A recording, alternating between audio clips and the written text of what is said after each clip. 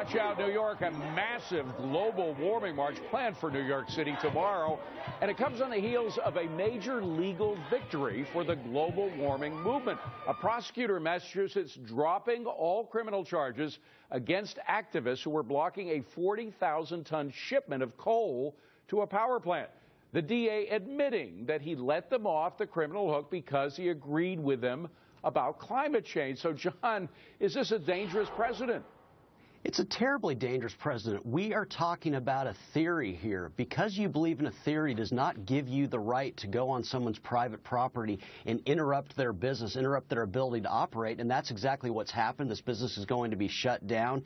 These people should be jailed, and we should laugh at them in jail for believing in something that so far is non-existent. And even if it's existent, it's something we can easily adjust to.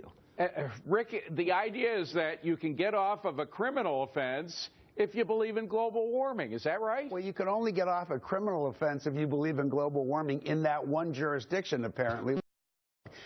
In all the years I went to law school. It only takes one to start a precedent. Well, not really. In fact, there is no precedent. It's not the way the law works. The next prosecutor in the very next town can say, I'm going to enforce the law and put them in jail if they are convicted. There's no defense in law that I ever learned in law school that's called global warming. So let's not politicize it too much. You have one prosecutor who made a decision.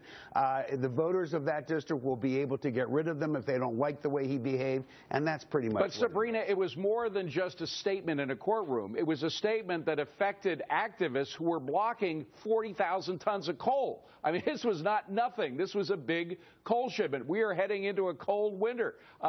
This could cause problems down the line, could it not? Absolutely. For people like ourselves who are going to see a spike in energy bills as a result of something like this. Look, this is vigilantism. We can't allow it to continue. We have a constitution and a system of laws in this country. There are all sorts of things that I disagree with this government, the EPA, the public school system, Obamacare, but I simply can't go and burn down the White House in protest. We have to follow the rule of law or we're seriously undermining our democracy. Yeah. Steve, political correctness has now become a legal defense. Well, and then it is a dangerous thing. That's how terrorists justify their activities, saying they have a higher purpose. So you make up the law as it goes along. Sadly, our own president makes up the law as he goes along and chooses which ones to enforce and not enforce. We got to stop this thing. Again, if you don't like a law, you change it. And if you break it, you must suffer the consequences for it. And EMAC, global warming alarmists have to take note that it is supposed to be it was a terribly cold winter last year, right. in contradiction, by the way, to what global warming alarmists are saying, but it's supposed to be one according to Farmers Almanac this year as well. Yeah, that's true. And you know what, David? I'm going to protest global warming by not paying my gas bill. How about that? No, I'm kidding. No, I agree with Sabrina. This is vigilantism. This is astonishing that this prosecutor this move.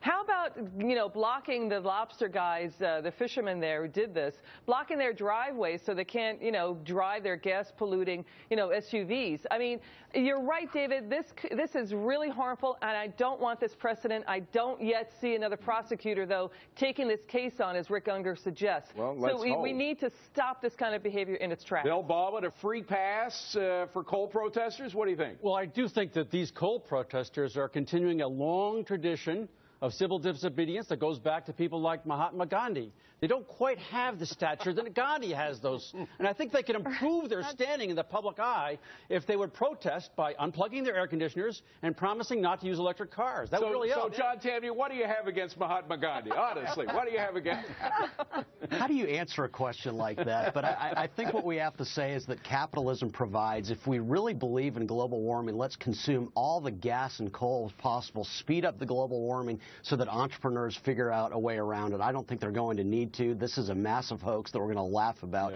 and future generations definitely will. Well, Rick, there are going to be hundreds of thousands of people right here in New York City tomorrow protesting this thing. Don't you think somebody's going to be encouraged by what happened to these protesters in Massachusetts and try to do the same thing? Well, I kind of doubt it. You don't Why? see, because you don't They see succeeded. You don't see 40,000 tons or whatever it was of coal rolling through the streets of New York. But let me say this. No. I'm talking about somebody somewhere in this country may say, hey, gee, these guys work for these guys. I'm going to try it. But did it work for those guys? I assume the coal got to where it was going, yes? The coal got there. I mean, there was a little disruption. And I agree with all of you that the rule of law is to be followed. But let me just say that that civil disobedience is in the mind of the beholder. I could point to many that you would cheer, even though you don't like. But Sabrina, none of our audience, I guarantee, is going to cheer having to pay higher energy prices if these things hold up coal shipments and other carbon energy shipments.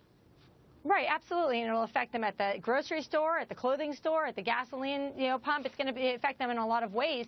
And let's remember, I mean, I can sympathize with the idea of feeling like you can't actually affect change with the political system. It is hard. We have a great system, but it's not perfect. Right. And let's not forget that this is a country that went to had a civil war over an issue like this. So, Sabrina, thank you very much. Thanks to everybody. Well, money talks, and so far the NFL is not seeing its big money sponsors walking over these domestic abuse scandals, but should sponsors pull their money?